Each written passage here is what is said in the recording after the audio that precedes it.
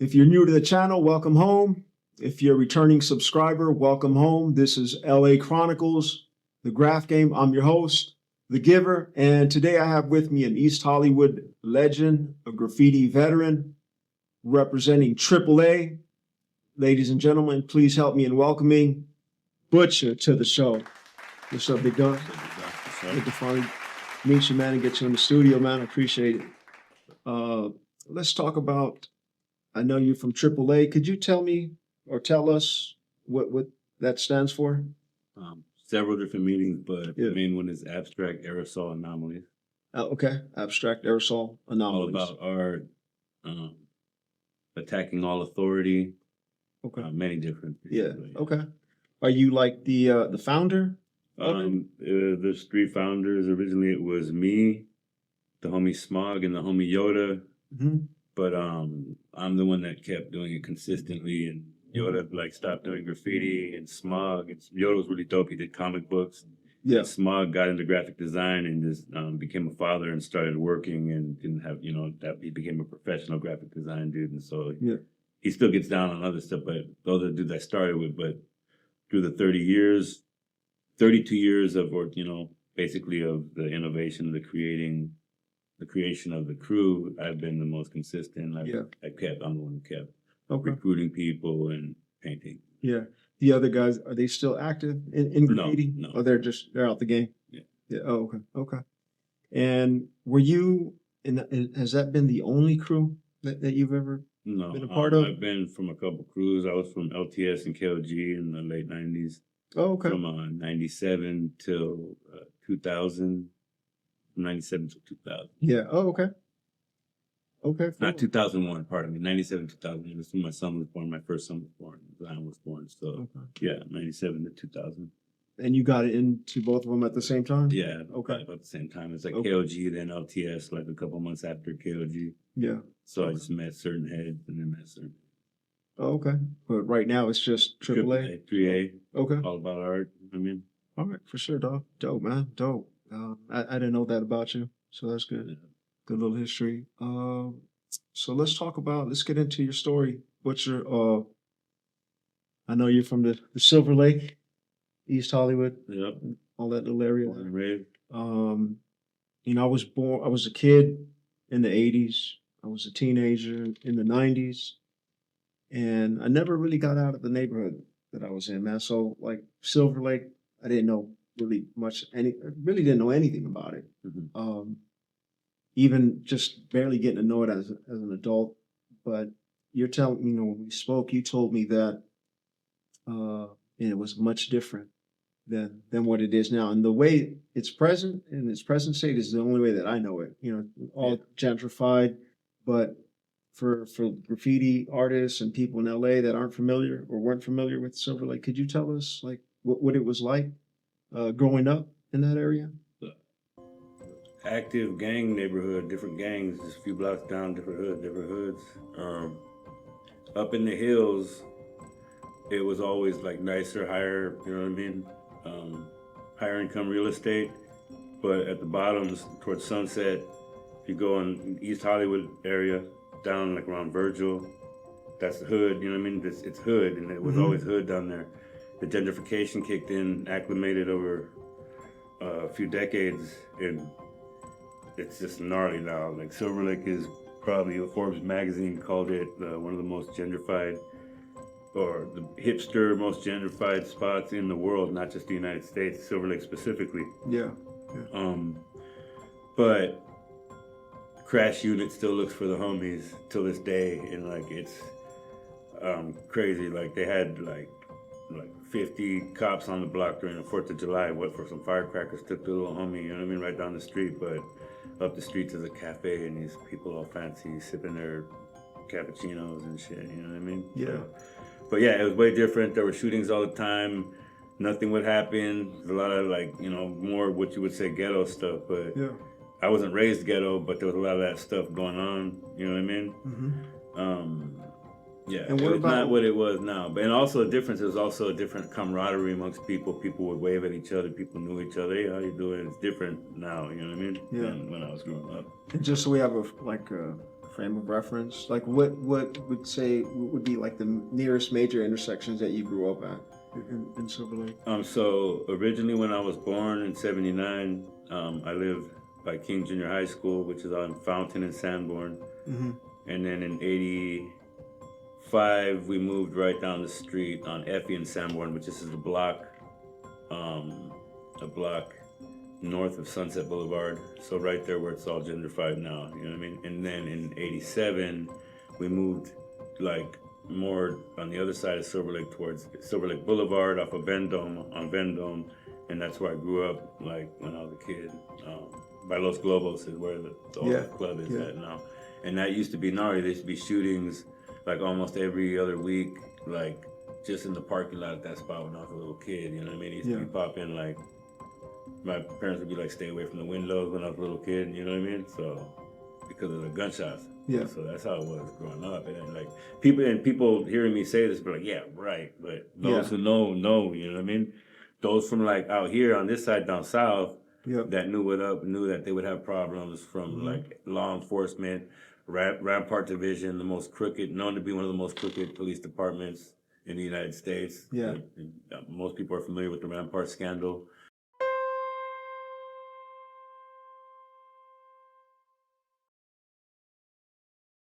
Los Angeles Police Department is embroiled in the worst scandal in its history. That now brings the total number of cases overturned to 40.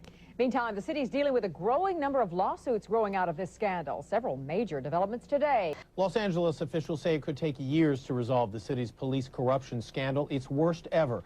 More convictions were overturned today. The city is looking at millions of dollars in legal claims by people wrongfully accused. That's a huge mess. That description of the Rampart police corruption scandal given today by District Attorney Gil Garcetti. 9 more criminal convictions thrown out today. That makes 40 so far, including Stephen Garcia's. I lost my family, my home, cars, clothes, everything. Garcia says ex-Rampart police officer Rafael Perez framed him. He showed me some cocaine and told me that if I didn't give him some information on who was selling firearms or who was selling certain amounts of drugs and so forth, that I was going to go to prison. And he did, for almost 3 years. Now Garcia's attorney is working on a lawsuit against the city, just one of many that could cost Los Angeles up to $125 million. So let's talk, could we talk briefly about, did you ever have any like encounters with them back in the day? Several. I'm not going to delve into details, but I will say that they beat me up really bad once in handcuffs. I mean, I was in the wrong place at the wrong time. I'm on gang profile, so because of where I grew up, my neighborhood affiliations. And so it's almost like they took more. What they did to me in handcuffs was like, okay, it's like I'm trained in martial arts. I've been in a lot of fights growing up.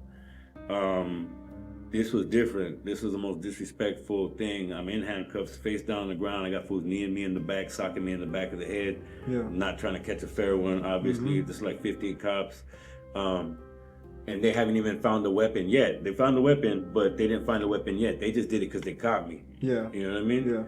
And so, and I'm not running the streets like that anymore. This was back in the days. What I'm saying is I was a youngster and I was in a situation where I had to protect myself because of a rival gang member who's been jealous of me since high school because of a girl that liked me, straight up. So I had to be with the business to go get the butane I was getting at the time. So, yeah, the LAPD, Rampart, they beat the crap out of me, but, you know, it is what it is. It's not the type of situation you would take to court when your mom still lives in the area. You know what I mean? So, yeah, I've had several encounters. That's just one of them.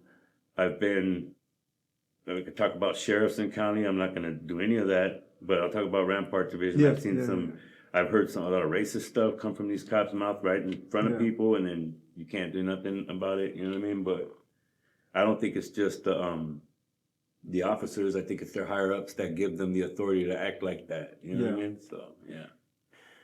What's going on right now as we speak is a good display that they haven't chilled out and they work for a higher force. And we've been compromised. And those that have believed in the LAPD, and I don't say we because I'm allergic to pork. I've always been allergic to these motherfuckers. You know what I mean? But all these people that are like, oh, we call the cops, and like thought that they were good, are seeing now that they're complicit with ICE. Mm-hmm. You know what I mean? Mm-hmm. When you see Bassett saying like, oh, about the MacArthur Park thing, Yeah. Bassett speaking up like, we're not gonna have this in my city. That's like the homie said, a political stunt. Right. You know what I mean? Yeah, They're all yeah, working yeah. together. It's one hand. They're working for the same group. You know what I mean? But All yeah. right. Sorry, I digressed. Yeah, That it's all good. yeah. It's all good, dog. I want to talk a little bit more. Kind of want to stay on the topic of you growing up, your childhood. What high school did you go to, Butcher? I went to John Marshall High School. Yeah. But then I got kicked out, and then I went to what's it called, AWAC, and it was a continuation school. Okay. And then, but yeah, the one high school I did go for a couple of years was Marshall. Okay. John Marshall, that's in Silver Lake area. Oh, okay. Yeah. And what was the scene like, man?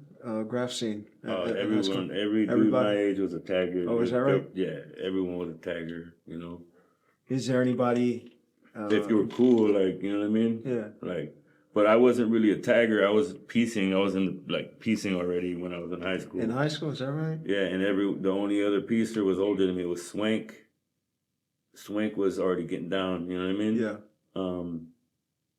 But if anyone, I mean, Cache went to my school, but he wasn't doing pieces. He wasn't a piecer. You know what I mean? Mm-hmm.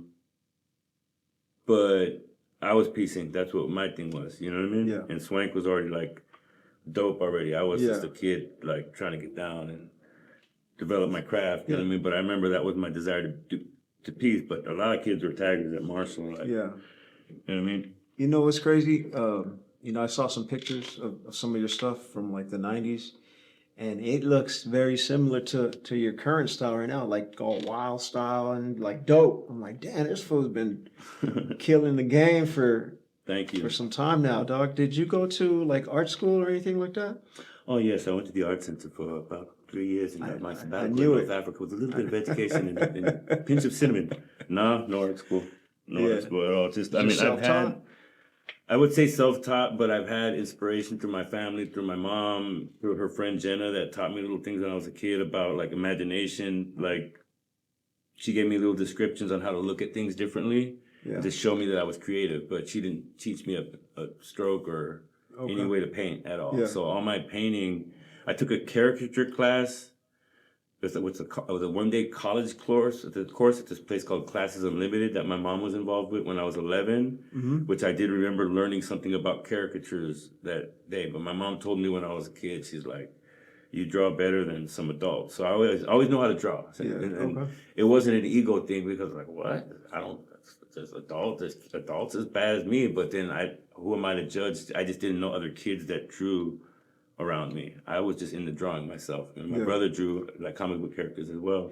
Mm-hmm. But I was into drawing like just weird shapes and anything, Transformers, robots, Robotech, Japanimation was my thing, you know what I mean? Mm-hmm. You could still see that in my style.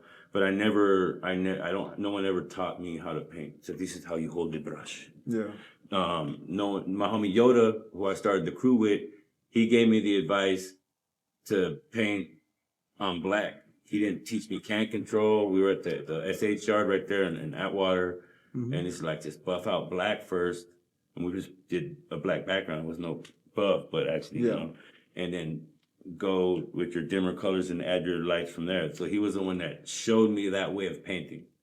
And so to re-answer your question, so he did teach me that. Yeah. Yeah. But other than that, and I have to give that credit because I still utilize that today. Like even my 3D burners, Mm-hmm. like the way I do a bomb is different. I'll go drop my fill, and then I'll chop in an outline and then fill in the blanks, right? Right.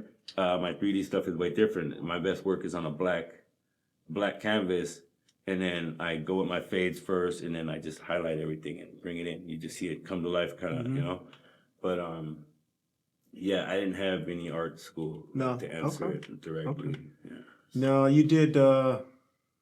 You told me you did a little bit of like breakdancing and stuff like that. I mean, a lot of breakdancing. Oh, is that right? Until this, Could we talk a little bit about that yeah. part of your story? Yeah. Started breakdancing when I was little in the 80s when it first started popping, when Herbie Hancock Rocket, when I heard that at Alexandria in preschool, we rolled up. I heard, doo, doo, doo, doo, doo, doo, doo. And there was a crowd, and then I didn't even know what was going on, and then I just jumped in the crowd and started trying that shit. That was the first time. It was '84. Yeah. And so there were not many outlets to do it until like summer camp in '88, and I remember like it'd be something that we would play around with when you see a floor just randomly, like, you know what I mean? My brother wasn't really into it, but we were stoked on Beat Street. So like in '87 and '87, we're at the Boys and Girls Club. I would just always try to do backspin. So I always had backspin since I was a little kid. You know what I mean? Okay. So where'd you learn? Where'd you learn how to get down like that? I didn't really learn well, I did. Well, eventually. At this time, I didn't. I was just trying it. You know what I mean? I would do it and like, oh, how many times can I spin on that floor because it's a slippery floor? And then in junior high, there were other kids doing it that were getting into it. And it was a small group of kids, like predominantly Filipino kids, and a few Latino kids, and then me. And we would practice in the hallways of junior high, and then at the dances we would battle, like at Beat Street, like at junior high, like the school dances, and in high school we were known as just the break dancers already. And that's when like I ended up meeting the Air Force crew at the Dream Center, and they used to call it. And I would practice every day with Little Caesar, Animation, Chuco, and then they introduced me to all sorts of other cats because I kind of toured with them around California and the United States. We flew to Seattle to do like breakdancing performances with this group called West Coast Flavor. And so basically I got to practice with some of the best dudes in the world so I became a professional breakdancer in my late teenage years. I got paid for certain gigs. I did a couple of videos. I did one that's pretty well known, the Crystal Method, The Name of the Game. Where there's a guy with a nose mask, and I got dreadlocks at the time. That's me battling him. That was in 2001. But yeah, I was b-boying heavily at one point. But then I had back surgery in 2017. Yeah. And so and I wasn't doing it a lot at the time. I still had some moves. I still could do air flares or whatever. But 2017, I had back surgery, and so I won't attempt to do the crazy. Fast gymnastic stuff, you know what I mean? I probably could do one-hand 90s still and stuff like that, but... Yeah. And you still got love for it, man? Oh, dude, well, it's more like a hatred, and I'll tell you why, because it's like I used to have nightmares that I'm doing flares and my legs aren't moving, and I'm like, what the fuck? And then during the day when I'm awake, I rock my flares, rock sick-ass flares. Yeah. And so now I really can't do flares. No. So yeah, that's why. But no, of course I got love for it, bro. Like I don't hate it. I just like when I see fools getting down, I'm like, fuck. I want to get out. You get my point. I can't risk doing it like I used to at the competitive level. Yeah. Even though I could probably still do some shit. Oh, that fool's down. But no, to me it will never be getting down because I know what I used to do. Like I used to try to do like power tricks. So not just the power moves, a trick that only one person, like a signature move. I made up some signature moves, you know what I mean? Yeah. One's called the Lotus Drop and shit, but to where the person can't do shit against what I do. Like, okay, what are you gonna do to that move? That's impossible. Stuff like that. So, and that could be why I needed back surgery or something that acclimated over the years and became a bigger problem. I don't know, but yeah. Okay. Now, have you always been writing Butcher, or did you have any other names? I used to write Giver. I used to write Giver when I was like 13. Then I changed it. Hey, have a nice day, huh? Thank you for coming, man. I appreciate it. On the hood, bro. Nah, serious, and then I changed it, but not spelled like yours, bro. Yeah. But then I changed it to Krang in '95, Crang. Yeah. So let's go back to Giver, man. How'd you come up with that name, man? Adele the Funky. Did you see me up somewhere and then you said, "Oh, I want to start"? Adele the Funky Homo sapien. Donate to science. Then throw it in the liver. No, leave it in the liver. In the river without a liver. Then I donate to science because I'm a giver. I got it from Adele the Funky Homo sapien. Yeah. I do remember that album. I fuck a broad, then I chuck her in the river without a liver. Then I donate to science because I'm a giver. I fuck up and I chuck up in the river without a liver, and I donate to science because I'm a giver. But okay, so you wrote Giver for A year or two? About 2 years. About Okay. I don't know, probably about a year and a half, and then in '95 I became Crane, which is Are you saying Crane? It was- Crane? Krang, but I would spell it Crane. Crang. Oh, okay, gotcha. Okay. So the original one from Ninja Turtles is Krang. Mm-hmm. But I went Crang. Okay. And yeah, I did that. I wrote that all the way up until like '98, late '98, and that's when I changed it to Butcher Okay. myself. Like, you know what I mean?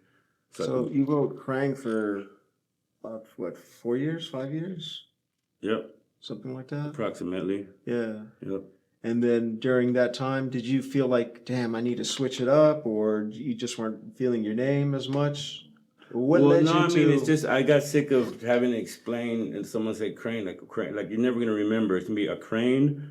Like it's not a real word. Not everyone knows like who the dude from the Ninja Turtles was. Right, you know what I mean? right. It wasn't spelled with a K like the dude Yeah. from the Ninja Turtles.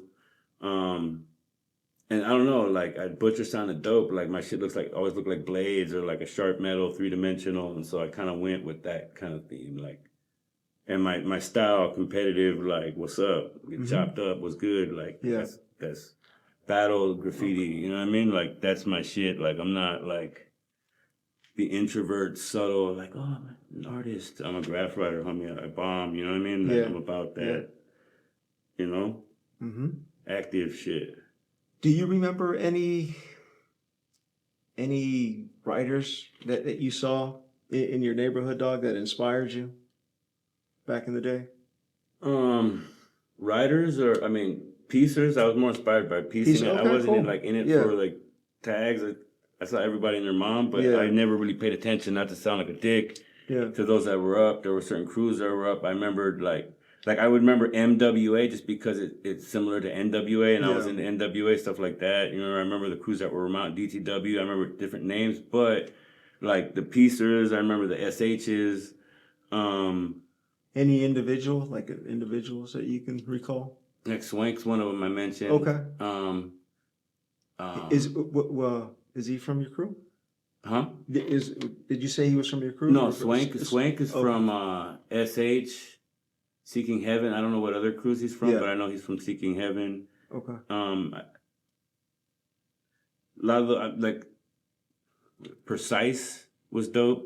Mm-hmm. But none of them were in my area. Okay. They were like around, like in maybe like Atwater, like different areas surrounding my area. So that's as close as like Yeah. the yeah. piecers that I recognized. But I met Slick when I was young, and Doze Green at this Japanese film shooting they were doing, and Dozer brought me under his wing and told the production crew I was his company and got me to paint with them. And it was a great experience, and that's when I met Slick. I met Mayor, and Slick showed me love on what I was doing, and so did Doze Green. Got me fed, and kind of gave me a jump start and advice, and it was game, bro. Like, so yeah, I had some like influences that were already. I didn't know who Doze Green was at the time, but in my books, that dude's a solid dude because. Yeah.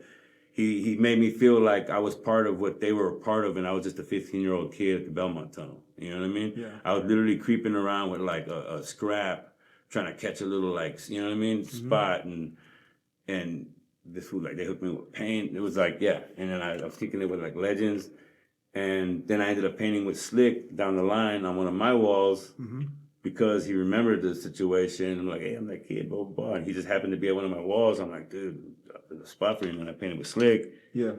But when I was younger, it was just the heads that, you know what I mean? Like, those are my experiences I remember. Now you mentioned the Belmont. John, did you ever paint there? You painted there Several often? times. Caught several beats at that spot. Yeah. Yeah, I had a little incident there as well. I never really liked going there. I know it was a hot spot, but yeah, just The foods used to set trip there too, like, Yeah. you know what I mean? yeah. But So, I'd still be down there, you know?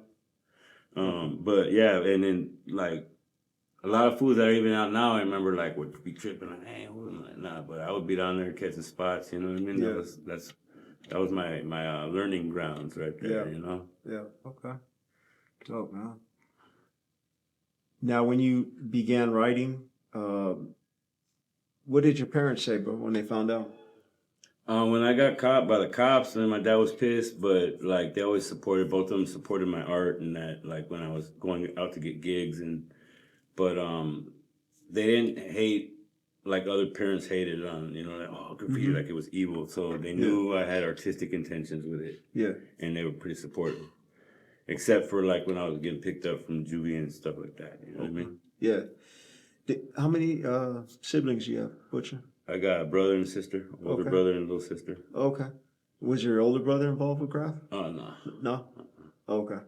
Just, did you He say got in trouble because once I dipped out, and because he was supposed to like stick with me, and he went, oh, I'm gonna go this way, and I went and caught a spot and got arrested, Yeah. So he would get in trouble because I dipped out, shit like that, Oh, okay. Okay, cool.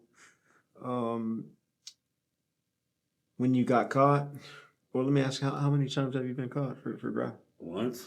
Oh, just that one time? Yeah, once. Oh, okay. When I was like a kid, bro, I was 16. But Was it bombing or just a tag? Tagging, catching tags with a Just catching pilot, bro, tags? down Hollywood Boulevard. From continuation, me and my homie Detect, rest in peace, and Boxy from CNE. Yeah. And I was trying to show off, I guess, and I was just wasted the whole pilot on every white wall with a black pilot. And these fools were following us, the undercover cops. It was it's like an Italian name. I forgot the big dude's name, but with Hicks, Sergeant Hicks. Yeah. And these fools rolled up on us. Don't you think about it? Rolled up on us, and they were like saying all sorts of like pedo shit about homegirl, like disrespecting homegirl, saying, "Oh, hey, that girl looks good." I don't know if they were trying to just push our button, but what they were saying was disgusting about a minor. You know what I mean? Yeah. Yeah. Putting them on blast about that, but yeah, like that was the only time I actually got caught doing graffiti. You know what I mean? What time they of had the day photographed broad daylight. It was like afternoon, like 3:30 or something like that. Oh, okay. In the afternoon, and then I was like telling my parents, "These fools are lying, fool." I'm like, "Hey, we're tagging all." They said you were tagging all. My parents were like, "He said you were tagging all the way from Western to Vine or to Gower or something like that." Because it was the Florentine Gardens, that's pretty close. I'm like, nah, they're lying. I just said, like, oh, whatever. And so when they took me to community service, the cops were sitting there and they had all the photographs light. They had 10 photographs, bro, light out. I'm like, AAA. And my mom looked at me like, oh yeah, they're lying, huh, fool? Yeah, it's crazy. You mentioned that name. That he was actually part of that ghost team, man, the graffiti task force. And I almost got busted by him. It was Officer Hicks, it was the black undercover. Yep, and it was his partner, De La Cruz, man. It was Hispanic. No, that's who I'm talking about. Is that what you're talking about? Cruz, he was De La Cruz. I just thought it was Italian for some reason. Oh, okay. It's him. Yeah. Oh, okay. That's the big dude, hairy, burly motherfucker. Yeah. Linebacker. So they almost caught me, dog, on Figueroa and Manchester, if you're familiar with it's in South Central, South LA. It's a big major intersection. Yeah. And they were like just a few seconds from catching me. They ended up catching a homie of mine. But, I won't mention on this story, but, they caught the homie and almost caught me. And I just barely got away. But that when you told me that name, I'm like, damn, this fool was everywhere. These fools were everywhere in the city, busting everybody. Well, I couldn't even, they would frisk me in front of like a group of people walking home from school. So I'd be like walking from Marshall. They call me by my last name. Blah, I'm going to say my last name. Mm-hmm. And I'm like, oh shit. And I would like have to run across the street and then go against their car and get frisked. And then and everyone was like, damn, for what'd you do? I'm like, nothing, for I caught. And I also, because of that, I got a gig through community service, through the Ghost team, actually, through the community service that went through the Ghost team. I don't know if you know the one that was right there by Vignes, across the street from Union Station, Yeah, I never got community service. That's where I went. Yeah. Was as a result of you getting caught tagging? Well, because they were involved with the art department, the dude Ron Connolly at Union Station. Yeah. And he saw my portfolio and they offered me a gig to paint something at Union Station. And if I'm not basically I was still active and it was like paying like 15 grand or something like that. Oh, damn. It may have been, I think it was something like that. And long story short, they were still investigating, and I was still active tagging, and they had compiled several photographs of my crew being up. I tried to disclaim it and say I started a crew and there's other dudes doing it, but they said, no, that's your hand style. Yeah. That's you. And so I forfeited that opportunity.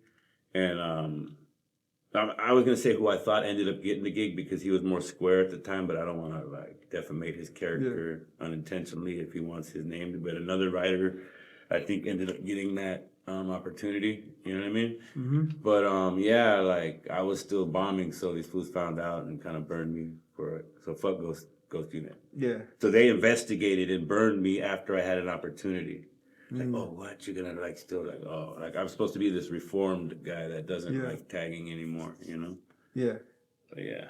That was, like what I'm saying is I'm saying fuck them because of what they said about that girl in the car. Yeah. Like I didn't know about like pedophilia shit and that like this what cops would do, but as a father of 3 children, you know what I mean? One of my sons, my oldest son's an adult, he's 24, that bothers me. That these fools would even say that about someone's daughter because that was someone's daughter in the car, you know what I mean?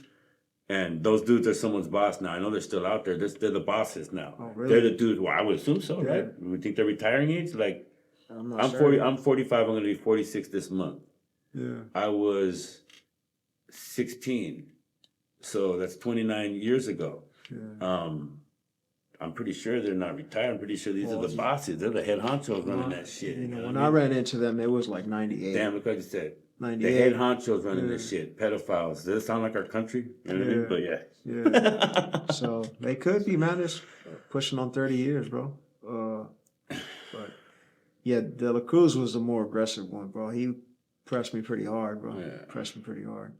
I never did anything but community service for graffiti. For Graff.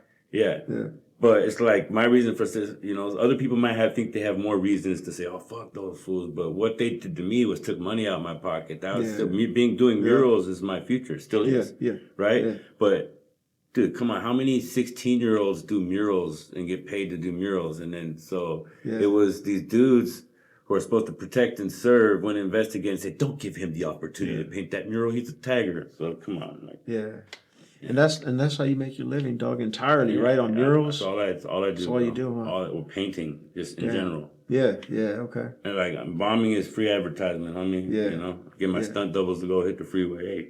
Hey, go hit it. And if somebody DMs you, man, they want some work done, what's your price, man, for murals? How do you charge? For aerosol, I'm $50 a square foot. Okay. Like, you know what I mean? If you're on a budget, you know what I mean, depending on how it is, I can work with you. I'm generous, you know what I mean? But you know, this is my only occupation. Yeah. But what I do is I sell artwork, and if you have an idea, I can duplicate it. But, yeah. Okay. What would be my price to hire a butcher, man? I didn't like $70 a square foot. Oh, that sounds good. That you. sounds a better deal.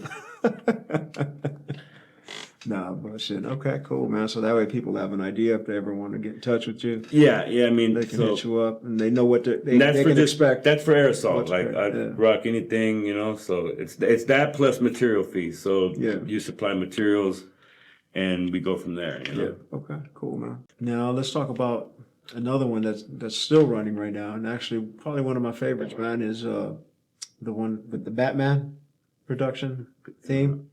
Could you talk to me how that came about? Well, the homie's like he writes Joker. I'm gonna do it like Gotham City vibe, fool. We gotta do a Gotham City background, fool. And I'm like, yeah, bro, all right, that sounds dope. And I'll do a Batman character. Yeah. So my idea was to do a Batman character, just random. So I just looked for a random image of Batman and then just added my own little twist on it as much as I could do in that amount of time. I did, to rock the character, I did about 45 minutes on that. But originally the homie wanted to do Gotham City in the background, but and I was gonna work. We're both gonna work on that, but then I kind of digressed from that. I kind of was like, okay, what's gonna be the theme? We got the character, we did the light, you know what I mean? So it was like, I thought we had enough, and I was kind of like overworked and was like done, you know what I mean? And the homie, but we ended up agreeing at the end. But the whole concept came together of like, you know what? Batman, Joker, Right. Okay. Gotham City, you know what I mean? Yeah. First freeway production, to my knowledge, on the 101 that I've ever seen. That's production. We had Buff in the background, you know what I mean? Yeah, and I wanted to highlight it because, you know, this interview is going to run forever, man. 20 years from now, 30 years from now, when the new generation of writers, you know, takes a look at it, man, you know, I wanted them to know that once upon a time, man, there was a killer doing graffiti at the highest level, you know, on the freeways. And yeah, dog, we're gonna be showing some images. Now, for just the average person, they see that, and they think it's, I mean, they don't really know how difficult it is. You got a painting midnight, probably, I'm assuming, you know, It's 1 hard or to 2. see. It's hard to see. It's dark. Colors, It's not bro. very well lit. That's the most annoying part, is to Right. keep your color scheme, because some colors don't look the same and they look like the same color when they're not. So that can get frustrating. You end up having to hide a little flashlight to look to see what your colors are.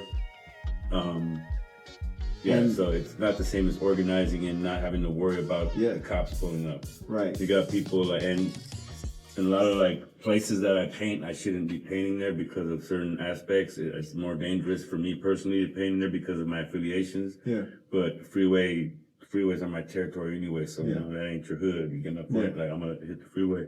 So. Now, I saw recently some video I think you posted where you were like in broad daylight painting, and I think people were like honking at you, man. Yeah, now, when people when people are honking at you, what goes through your mind, man?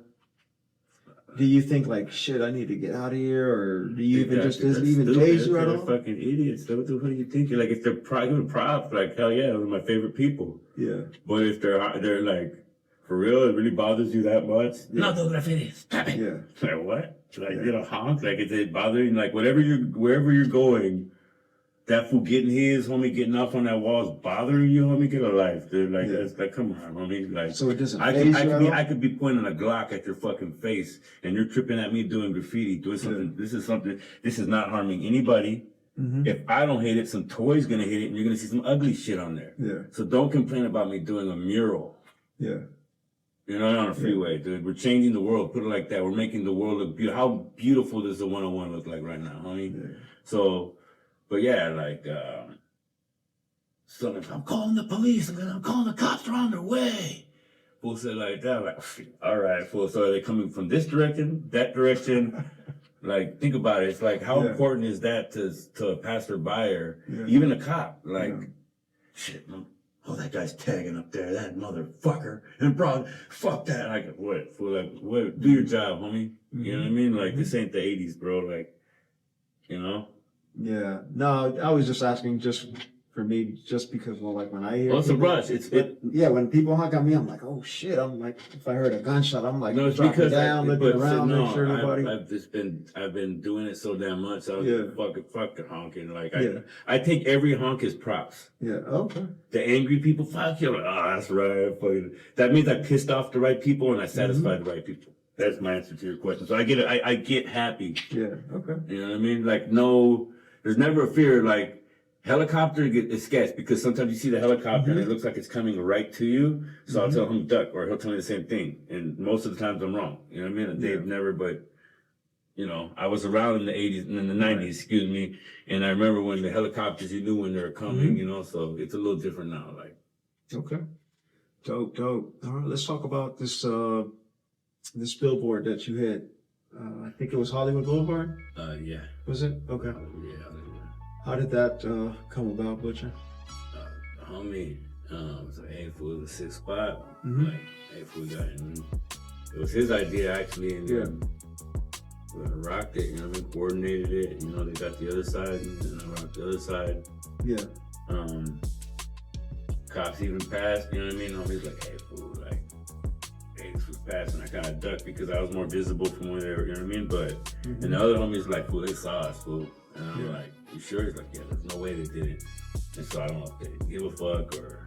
Right. But when the homie got into the light, fool, that shit looked fucking tight, you know? Like, pop the lights made that shit glow and shit. Yeah. But yeah, that shit, you know. Yeah, that was, you know, for people that don't know, I was there, you know, recording you with the drone. And yeah, man. Disclose that. Yeah. Gotta say, bro. Yeah, you made me into a believer, dog. Not that I doubted you, Yeah. but I just wasn't sure what you were capable of. You How know, fast I paint. Yeah, Thank yeah, dog. And so That's my. I mean, I'll say this is that's my main trait is how fast I can paint. You know what I mean? That's Yeah. I get it. That's I've been practicing my whole life. You know what I mean? yeah. I mean, I was like, damn, dog. Before, you know, I saw Thank you you. get down Thank live, you, I dog. appreciate Yeah, that. dog, for sure, dog. You know, before I saw you get down live, I was gonna hit you up, dog, to see if you wanted to paint, but you know, after seeing how fast you paint, I was. No, I think I've changed my mind.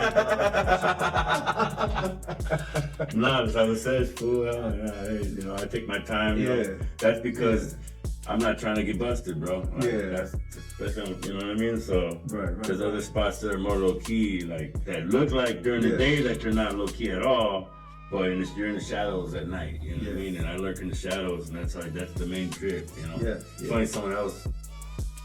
I want to mention his name, but I don't know if he wants me in the podcast. So I was asking him about how you catch these heavens, and he's like, "Hey, fool, you guys, like, I'll say his name, the homie put him."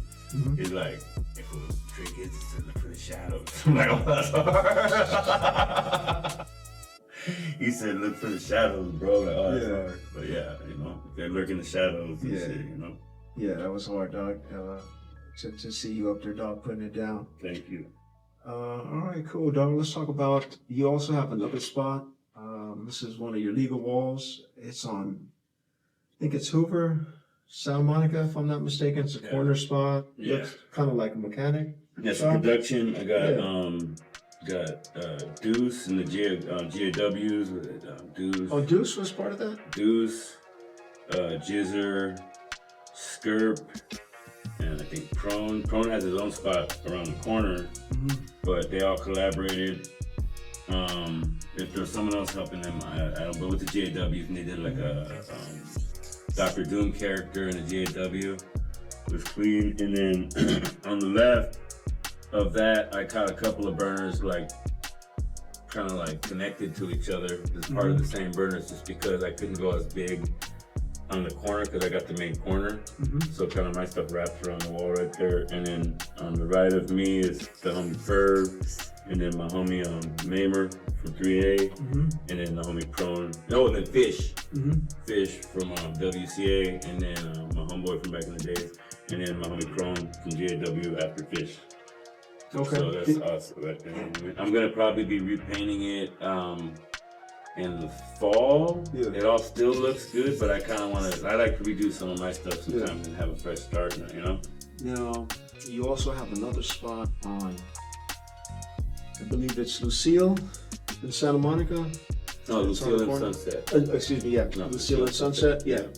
Yeah. Can we talk about that? Yep. And how you got that wall? I'll try to consolidate the story a little bit. So it's Danger Birds Records, and I reached out to them a couple years back because they would always fluctuate with different art, different murals, with different random artists. And I noticed most of them were mural artists, and some of them were cool, but from out of town, kind of like pop art type of stuff. And I reached out to them via email, like, hey, and it's funny because I've thought about that for years, probably like a decade, and never did it. I would just look at their murals and be like, oh, this fool ain't down with Graff. They don't know what up with Butcher, you know what I mean?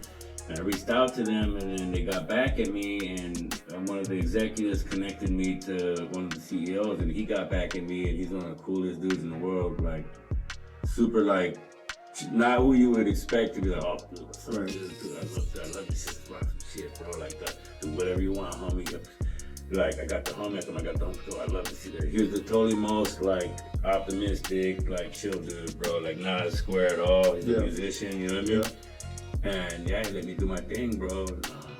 And just gave you 100% creative control? Well, it's complicated because, so a couple years ago, I had to do something temporary on one side. It didn't have to be, it was temporary because they had a youth program where some kids teaching art, some people teaching art to some kids. We're gonna do a group thing on one side, and I was just supposed to do the Sunset side. And so they did that. I did something temporary, but then I got bucked for last summer for the kids to do their project. And so they did their project, and then that ended up, I got defaced a couple times. and then they redid it, and then they got like defaced another time, and then homie didn't want that bullshit. You know, my stuff didn't get defaced, just that side.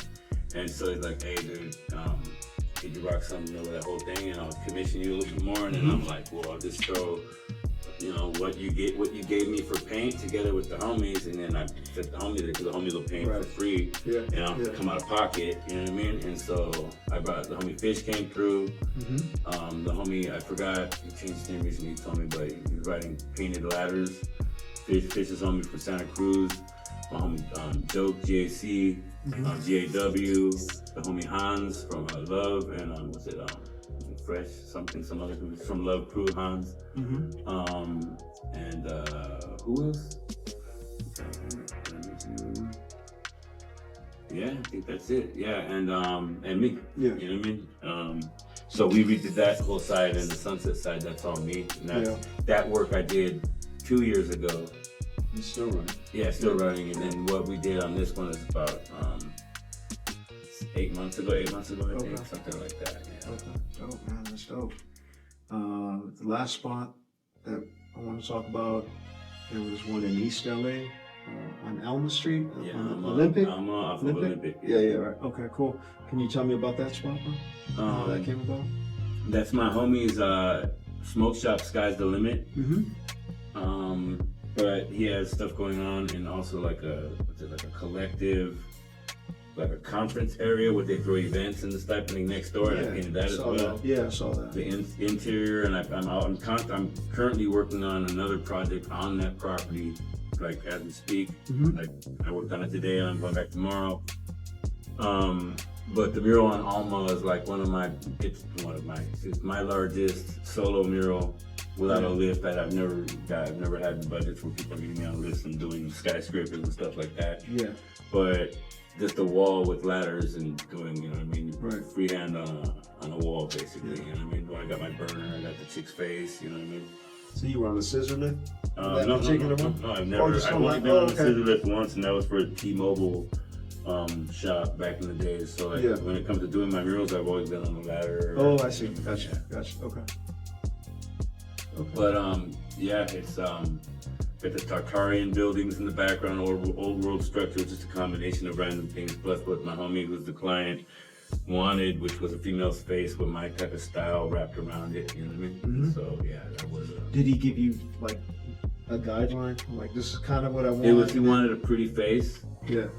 And so I did the pretty face, and went off of an AI image that he liked, but then used the model that I know for certain aspects of it, which was my kid's mom. Yeah. To make it look like her face, because I wasn't trying to do the face. You know what I mean? I don't have images of her face at certain angles. Yeah. And so yeah, that was.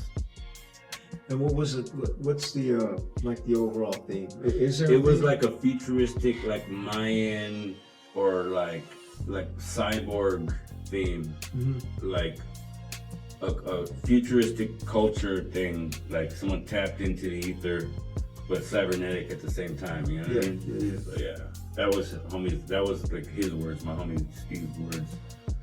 You know. Okay. Cool. Yeah, I had to. I think I told you I had to go back like twice to try to get footage, drone footage. Yeah, man, because I pulled up, got the drone ready and everything, and then by the time I start, I've had to park about a block away. I get there, and then a big ass truck pulls up right in front of the mural, dog, covers the whole fucking wall. I'm like, God damn. Hating ass truck. Yeah, so I had to go back a different day, dog, to make sure I get, got some clear footage. But yeah, dog, that shit was dope as fuck, dog. How long did that take? A few days. A couple days. It was because I work in 3 hour, like in the sun, and like working during the day, I work in usually like 3 to 4 hour sessions. Yeah. So at that spot, and that reason why, well, no, excuse me, how many hours? Whatever. I tried whatever till 3 o'clock. I don't know if it's 3 hours. Whatever is till 3 o'clock, so I could beat rush hour, so I could drive back to East Hollywood or Silver Lake, and beat rush hour, which is usually a good amount of painting in the sun for me, you know what I mean? It's different than painting at night because it's cool. You get my point? Like, but Probably about 3 days altogether for that one. For that, Like okay. of work, of actual Yeah. work, and about 3 or 4 hours each day. Yeah. Okay. Yeah. Dope, man. What's looking back at your Graff journey, bro? Has it taught you anything, man? Has it helped you become a better person, or? It's my, so it's like, it's my way of expressing, it's my way of making a living, it's the only thing I know that I am. Yeah. People can consider themselves something, someone can call themselves an artist. Mm-hmm. I don't even call myself an artist. I paint. Yeah. I have canvases, I paint custom clothing, I have a clothing line coming out, Yeah. you know what I mean? But I know I'm a graph bomber and that I'm like pure graffiti artist, like Yeah. battle, b-boy style, you know what I mean? Hip hop. Mm-hmm. And that's in my, I've been doing it so long, it's like become me. Mm-hmm. So there's Justin, you know, the kid that grew up, you know, but then there's Butcher, who is with the business, who does Mm-hmm. the damn thing. And so that what it gives me and what it teaches me is what I was told, whether financially or not, right? Yeah. What makes a person successful? If they're happy, or if they're confident with what they do, or if they're making $1 million or $1 billion bucks off of something they're not comfortable with what they're doing. So me, what I'm saying is I'm glad I've never been compromised and I'm still doing what I do and I'm still the same person, because where we're at now, Mm-hmm. nobody's the same person. They've all been compromised Yeah. a lot, like not just graffiti, you know what I mean? And so what graffiti gives to me is that I get to flash back on what I've done. Mm-hmm. And no, I got that portfolio and I got that behind me. That if someone says, hey, what have you done? And like, look at all that shit. Look, show your portfolio, tell you who I am, right? Mm-hmm. I wouldn't give a fuck if that was a bunch of like other things. But since it's Graff, I like laugh, sit back and laugh, like, yeah, me, homeboy.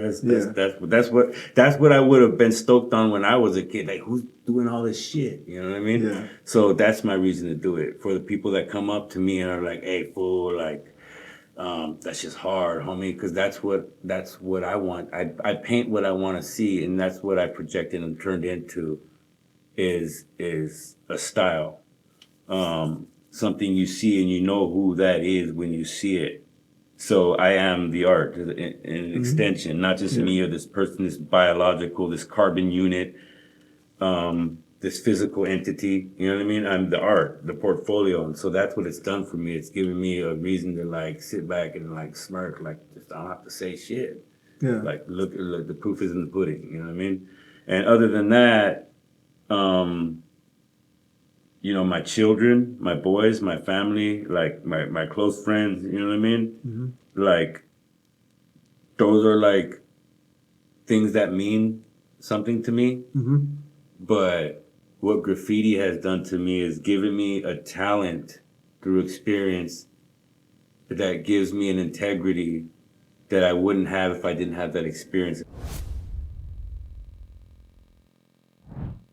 And I wouldn't be able to speak about it like that, or have the same viewpoint or desires to keep on doing it past like a midlife crisis or, you know, mid-age or what they think, you know what I mean? So I don't see myself retiring either, like that, you know, I could be, you know, 15 years from now, like, damn, that's crazy, like, but I'd still be doing it. Like, so I love it and I'm still progressing. I'm like, Yeah, that was going to be my next question. Like, how long do you think you see yourself doing Graff? But sounds like for a long time, huh? So in 20 years, I'll be 65. Like the last 20 years, nothing stopped. Nothing's been like, nah, I'm not into this shit anymore. Like there were times where I was like, dude, I can't be breathing this shit anymore. Like, like the 94 smell, like I could see the can and it would, I'm like, nah, I'm gonna paint it. I gotta stay. And even though you're not breathing it, you got a mask on, you're breathing. So that would be the only thing that ever demotivated me to paint. Yeah. But Do it you never wear a stopped mask me. when you paint? I try to, Yeah. majority of the time, but if I'm in a rush, I have a breathing technique where I hold my breath up close and then, but that doesn't always work because you start talking to someone and you don't smell it and you inhale it and then you're all shit-faced. Let me ask you, how long has it been, Doug, since you've just relied entirely, solely on murals for your livelihood? My whole adult life, like since I was a teenager, I was trying to, So have you had like a normal job, like a 9 to 5? It doesn't work. Like no one could be like, hey, fool, hey, how does butcher do this? Okay, on me, like. I'm not that dude. Like, and if it was an artist job or like, but I've never had the option to have a 9 to 5 drawing job. I would be perfect at it. I can listen to those type of people, you know. But I didn't, or if I didn't, I was unaware of those opportunities. And this was a freelancer, so I've always freelanced and tried to get gigs by showing people my portfolio and stuff like that. So yeah, my whole be more than my adult life. I mean, I've worked at a dispensary before.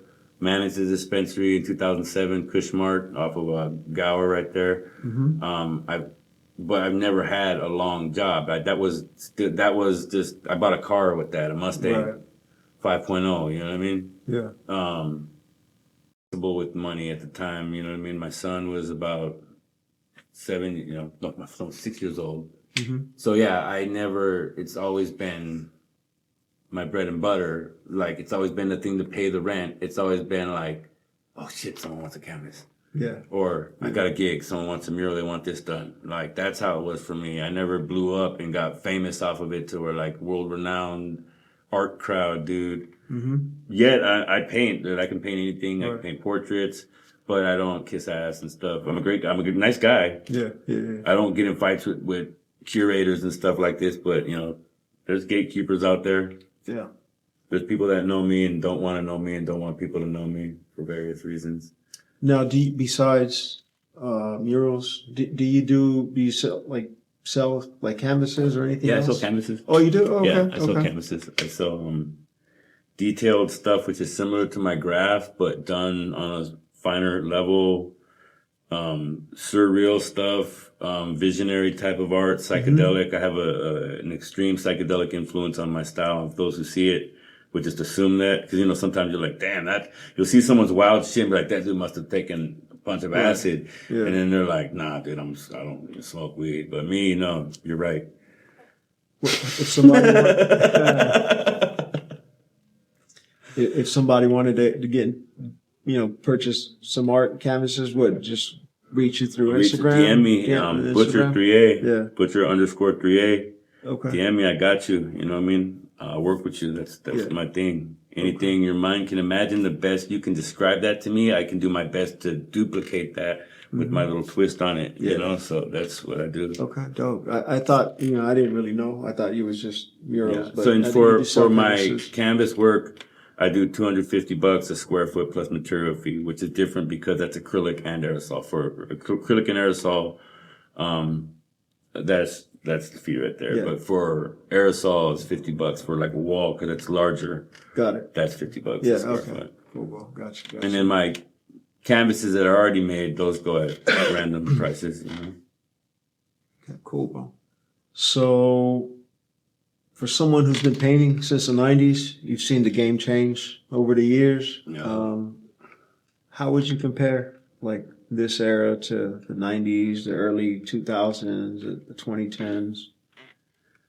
It's a lot more people doing it now. Yeah. I don't know if the dudes who founded the Ghost team, because when I got busted, that's before they were linked up with the sheriff's department. They were just MTA police at the time. Yeah, I remember. Then they became sheriffs, and so I don't know how that worked out, but I don't know what they're doing, what their coordinations, how their investigations work, but you see certain people getting away with things and certain people not getting away with things. It was a lot more aggressive, I think, in the 90s. You'd see a Ford Taurus or a Caprice, and you just dip out because that's an undercover cop that would stop you for whatever you're doing. You know what I mean? Yeah. And it could be Ghost, but it could be just a cop. And it could be, in the 2000s, early 2000s, I was more focusing on just trying to, do my legal walls, get more walls, and constantly get walls, and that was my way of being up. Yeah. So fools know about my run then, but It was just like in 2005.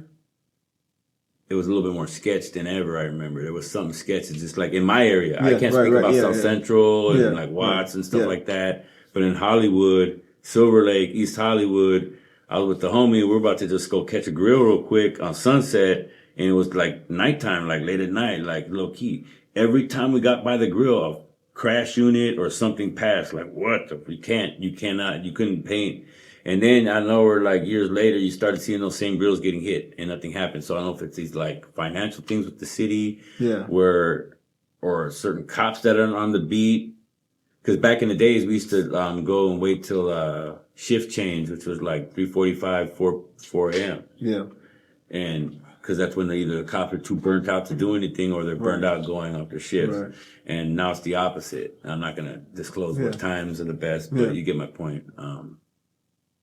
So yeah, I think it's, I'm not going to say it's easier, like for me, but with an understanding, no pun intended, an understanding of what you're doing and like not afraid of it, not, you know what I mean? Knowing your exit routes and stuff like that would make you more prepared for it nowadays. So I don't know how it is, if it's less or more dangerous for someone that's starting out that doesn't know what to do, what to hit, where to be, where's the burn and stuff like that. I think the knowledge, which knowledge is finite, the wisdom of the locations, and what's happening, which the homie helps me out with that a lot nowadays, you know what I mean? At seeking out spots. I'm not going to take all the credit, like I'm just like this dude cruising around finding all the spots. But, I think it's not as dangerous in certain spots as it was in the 90s and early 2000s as it is now. It's less dangerous now. But if you get busted, you're going to get busted and you're going to get fucked with. And so, yeah. Okay. Any other differences besides a lot of being? I mean, no disrespect to like, and I hate using the T word, but a lot of kids need to chill and practice their can control before you go out there, just like side busting fools and like align your work, dude. Like make it align it. Don't just like just round and fat and crooked in all directions. Like, so there's a lot of kids that aren't just going out there doing block letters. I'm like, add some style to your shit. You know what I mean? Yeah. Not hating on kids. You know what I mean? If someone's out there doing it, that's cool. But you know, practice on paper first. Like if you ain't got it like that, practice on paper first. Like sketchbooks. Your backyard, you know what I mean? Yeah. But, you know, don't just go out there not giving a shit, you know? Now, did you... And respect your elders. Yeah. If they're still putting in work and they're good. Yeah. And if they're good. Have you always painted the way you're painting now? Like, you know, on freeways and productions? So, okay. So I was painting that mural off of, on Olympic. Yeah. So the one off of Alma, on the other side I got the other one on Olympic. And some dude rolled by and my friend was behind me filming. And the dude's like, oh, it's Butcher. He's got that. He said, you know what they call that style? He said they call it that futurist, something futurist. That's that futurist style. It's the new thing. I'm like, and the homie laughs. He goes, well, then Butchers has been painting the futurist style for 30-something years, fool. What are you talking about, fool? I stayed quiet, started laughing because the homie took the word. I'm like, yeah, fool, there was no style. This wasn't a style when I was doing it. You get my point? And so what I'm doing now is an evolution, which I don't believe in, the theory of evolution, Darwinism and all that crap. He's a rich person and that was paid from. He was given that information, so there's no proof of it. We weren't apes, but the evolution of my style, meaning the creation of what I started with and how I broke it down and got more intricate and practiced more on certain angles and can control over the past few decades. You know what I mean? Yeah. And so that's what I've done. And so obviously when I'm on bombing, I don't do block letters, I do burners, but I'm going to do what I know I'll be able to fit in that time frame. As opposed to when I'm going to go all out and do something more realistic and, you know, be there, you know, half a day or something like that, you know. But I started like that. I started with 3D stuff. Yeah. Like, I literally didn't really consistently do two-dimensional pieces in there, even slightly three-dimensional because there's fades in my two-dimensional pieces. When I'm bombing, I would. That's recent, the two-dimensional pieces. That's just because of the time frame thing. You know what I mean? I'm known more for wild style 3D stuff. And stuff, you know? Yeah. Okay. Do you have any words, dog, of wisdom that you've acquired maybe through your life that you can share with us, or with, you know, the game, Graff game? All sinners have a future and all saints have a past.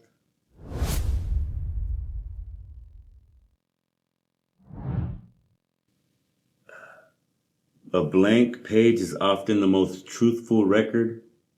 That comes to what people tell you and they teach you in our false history and whatnot. And when it comes to like up and coming writers and people doing what I do, just I'll tell you what Slick told me and what Dose Green told me when I was 15. Yeah. And it was, fuck what anyone tells you, homie, do your thing. And I took that advice, and that's what I'm proud of what I do by doing my thing. And that way I've never been compromised. And I could be like, hey, that's me, that dude that's been doing this thing. So I did me instead of trying to do this dude's style, instead of trying to do Hex's style, and instead of trying to jock Slick and do his style. I did me. I did my own thing. Yeah. And it wasn't accepted at first, but I put it in everyone's face, at least everyone off Route 66. You know what I mean? In that area. And they got used to it. And I'll say this, I caused ripples in the pond in the late 90s. That shit flickered all around the world. And out of nowhere, there's all sorts of dudes doing 3D shit that looks a little bit like mine. Did we just all dip into the Akashic records and come up with the same shapes? Yeah. I believe I've had some of that influence because LA is a very influential place. Hollywood, stuff shows up in movies randomly, just being in those areas that are seen all around the world. So you've seen stuff online that you could tell was influenced by till this day, you? there's dude, I'm not gonna mention his name, that he's big time. He did a skyscraper, but I see my influence in him. We both follow each other on Instagram. I give him props, he gives me props. But I don't know how he's doing something so similar to me. He's doing things that this is like talking about like a 40-story building, bro, with a scissor lift. But it's like, looks like my stuff, but huge, massive. Yeah. But if up close, it would look nothing like my stuff. Gotcha. But he does canvases. He's dope. He's a Brazilian cat. But I don't think he was doing, there's no record of him doing it back when I was doing it, is my point. Now, do you take that as a compliment, or do you? Oh, no, he's a dope cat. I get the prize. I like I said, I'm not mentioning his name because I don't want to defamate him. He's dope. He's an amazing artist. He just does letters.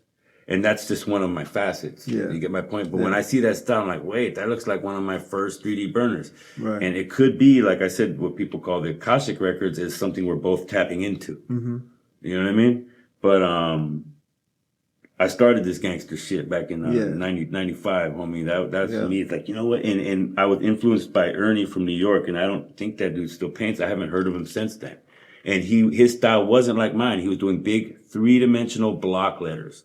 And they look clean, like they look like column-esque kind of, you know what I mean? But nothing like my style. But that's what showed me that people are doing 3D letters. Everything else was 2-dimensional, wild style. There was dope stuff, but that's what influenced me to go that route. I'm like, well, I'm going to be that dude doing this shit out here, but crazy, and chop it up and twist it and like, you know, so. And like, I was going to mention something about Del the Funky Homo Sapien gave me props at one of my black books at some letters, and that kind of set me off to want to do that more. You know what I mean? Like in front of the Club Unity back in 95 and shit. Yeah. All right, dope, man. Are you working on anything? I think you had told me that you were maybe starting an online store or something like that. Yeah, me and the homie are starting a clothing line called LA Roots, and it's like. And you guys have a website already? Not developed yet, but it's in the works. But the company is already like in progress. We got clothing and merch that's being processed right now, in the process. The arts, some of the art's already ready. It's going to be available soon. Yeah. Posters, everything. And I'm going to have other heavy hitters from LA, OG LA dudes that have already confirmed that are going to be rocking it with me. We're going to start out with my stuff. And it's basically, I'm going to be a proven like the hardest dudes. You know what I mean? I also got some cats overseas in France. I'll mention his name, Ben Alpha. He does those crazy, like, weird demon characters that look like all gnarly. So yeah, we got a dope panel of dope homies, and I'm gonna keep the local homies. It's mainly LA heads that I can totally verify that put in work, bombers and graffiti writers, like dope artists. You know what I mean? What's it called again? LA Roots. LA Roots, like roots. Roots. From Los Angeles. Yeah, gotcha. Okay. LA Roots. Okay, dope, dog. And when you expect that to be available, man, for everyone to check out? The first presses are gonna be available within the next couple of weeks.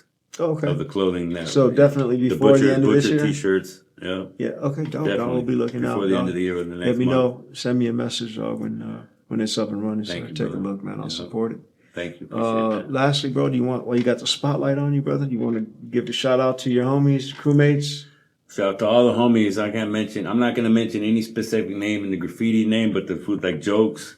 I'll mention because he paints with me. That's my right hand man. Yeah. I'll mention GAW. All the crews, all the LA crews, you know what I mean? All my homies that are still painting, ain't painting, that, you know, my B-boy homies. It's like, I don't want to like mention any specific crew right now and give props to everyone. Much love to all the OGs, because I don't want to forget and leave someone out and then think it's personal. So props to all the LA crews and shit. Props to all the dudes that, you know, that fuck with me, that are up on my wall, and their crews that they're from. All the fools that fuck with me, you know who you are. You know what I mean? L's up. 90027, you know where I'm at. This is how we do it. LA graffiti shit, you know? That's what's up. Much love to the greats. Oh, yeah, dope, dog. Well, I appreciate you coming down, dog, doing this interview, man. Sure. And thank you for the opportunity to yeah, speak my dog. piece, you know? And we'll be in touch, man. You know. Hell yeah. Appreciate it, big dog. Thank you, brother. dog. Thank you. Likewise.